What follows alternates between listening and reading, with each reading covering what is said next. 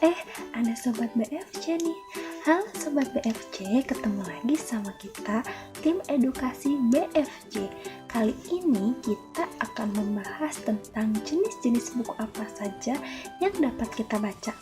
Simak ya. Pertama, novel. Novel adalah sebuah karya fiksi prosa yang tertulis dan naratif. Biasanya novel ini dikemas dalam bentuk cerita. Penulis novel disebut sebagai novelis. Kata novel itu sendiri berasal dari bahasa Italia, yaitu novella, yang berarti sebuah kisah, sepotong berita. Novel lebih panjang dan lebih kompleks dari cerpen. Panjang novel itu sendiri setidaknya 40.000 kata.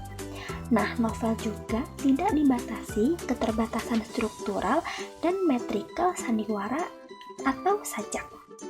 Umumnya, sebuah novel bercerita tentang tokoh-tokoh dan kelakuan mereka dalam kehidupan sehari-hari, dengan menitik beratkan pada sisi yang aneh dari naratif tersebut. Dalam bahasa Indonesia, novel dibedakan dari roman. Sebuah roman, alur ceritanya lebih kompleks dan pemeran atau tokohnya itu lebih banyak. Majalah adalah penerbitan berkala yang berisi macam-macam artikel dalam subjek yang bervariasi. Yang kedua, ada komik. Nah, komik adalah suatu bentuk seni yang menggunakan gambar-gambar tidak bergerak yang disusun sedemikian rupa sehingga membentuk jalinan cerita. Komik biasanya dicetak di atas kertas dan dilengkapi dengan teks. Komik bisa diterbitkan dengan berbagai bentuk, mulai dari strip dalam koran, dimuat di majalah, atau diterbitkan buku tersendiri kayak gini. Definisi komik sendiri sangat simpel, karena itu berkembanglah berbagai istilah baru seperti picture stories oleh Rudolf Topfer pada tahun 1845, pictorial narratives oleh Franz Maserol and Lynn Ward tahun 1930-an, picture novela dengan nama samaran Greg Waller tahun 1950-an, illustories oleh Charles Biro pada tahun 1950-an, Pictofiction oleh Bill Gain tahun 1950-an, sequential art atau graphic novel oleh Will Eisner tahun 1978, novel manga oleh Frederick Willett pada tahun 2001. Untuk lingkup Nusantara, terdapat sebutan tersendiri untuk komik seperti diungkapkan oleh pengamat budaya Arswendo Atmo Wiloto pada tahun 1986, yaitu cerita bergambar atau disingkat menjadi cergam, yang dicetuskan oleh seorang komikus Medan bernama Zamnuddin sekitar tahun 1970. Sementara itu, Dr. Seno Gumira Aji Dharma pada tahun 2002, seorang jurnalis dan pengamat komik, mengemukakan bahwa komikus Teguh Santoso dalam komik Mat Romeo tahun 1971 mengiklankannya dengan kata-kata disajikan secara filmis dan kolosal yang sangat relevan dengan novel bergambar. Dan yang ketiga, ensiklopedia. Ini. Ensiklopedia atau ensiklopedia adalah jumlah buku yang berisi penjelasan mengenai setiap cabang ilmu pengetahuan yang tersusun menurut abjad atau menurut kategori secara singkat dan padat. Secara etimologi, ensiklopedia berasal dari bahasa Yunani, enkyklkios paideia, yang berarti sebuah lingkaran atau pengajaran yang lengkap. Maksudnya di sini adalah ensiklopedia itu merupakan pendidikan paripurna yang mencakup semua lingkaran ilmu pengetahuan. Seringkali ensiklopedia dicampur baurkan dengan kamus, dan ensiklopedia awal memang berkembang dari kamus. Kamus adalah daftar kata-kata yang dijelaskan dengan kata-kata lainnya, sedangkan ensiklopedia adalah sebuah daftar hal-hal yang kadang dilengkapi dengan gambar untuk memperjelas kata yang kita cari. Antologi. Secara harfiah, antologi diturunkan dari kata bahasa Yunani yang berarti karangan bunga atau kumpulan bunga adalah kumpulan dari karya-karya sastra. Awalnya, definisi ini hanya mencakup kumpulan puisi termasuk syair dan pantun yang ditulis dalam satu volume.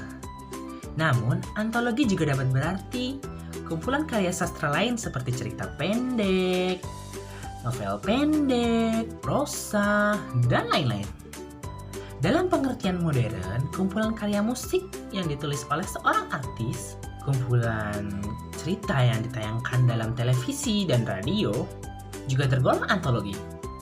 KBBI mendefinisikan antologi sebagai kumpulan karya tulis yang ditulis oleh seorang pengarang atau beberapa orang pengarang.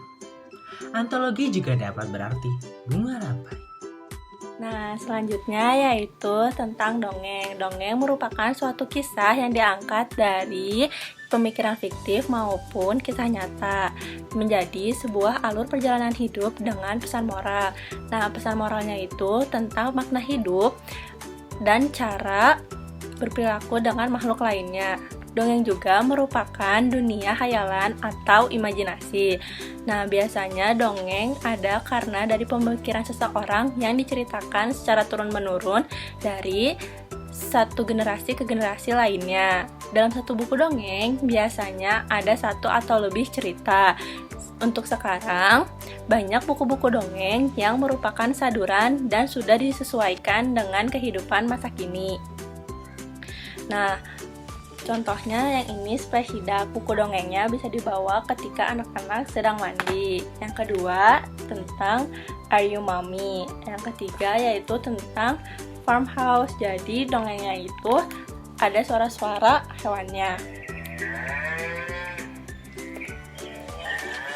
Dan kesannya akan menjadi lebih menarik dongengnya. Kayaknya udah pada gak sabar nih nungguin penjelasan jenis buku yang terakhir. Langsung aja disimak ya. Untuk jenis buku yang terakhir yaitu ada biografi. Nah, sebenarnya apa sih penjelasan dari biografi itu sendiri? Biografi adalah kisah atau keterangan tentang kehidupan seseorang. Sebuah biografi itu lebih kompleks daripada sekedar daftar tanggal lahir atau mati dan juga data-data pekerjaan seseorang. Biografi juga bercerita tentang perasaan yang terlibat dalam mengalami suatu kejadian. Adapun biografi yang ditulis oleh tokohnya sendiri itu dinamakan autobiografi. Nah, segitu dulu ya penjelasan singkat tentang jenis buku dari kakak-kakak Bukor Jabar. Semoga bermanfaat dan jangan lupa disimak baik-baik ya. Jaga kesehatan selalu teman-teman. Bye!